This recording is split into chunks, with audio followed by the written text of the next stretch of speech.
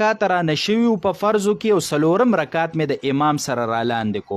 اوس چې امام سلام وګرځي او زه پاسم نو زه به دا 3 رکعاته په کومه طریقه باندې کوم او اول به ډک رکعتونه کوم که تش رکعت به کوم؟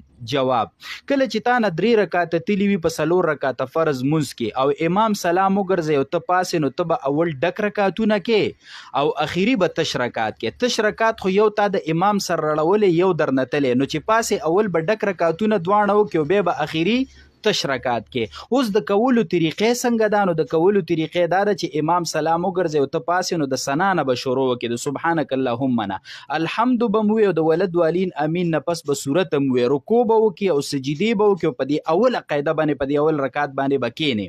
وړه قاعده به وکړي په عبده ورسوله به پاسي او بیا به د بسم الله او الحمد نه شروع وکړي او د ولد والین امین نه پس به پکې بیا صورت وي. نو دا دواړه رکعتونه ډک شو، په منځ کې وړه قاعده راله، دا وړه قاعده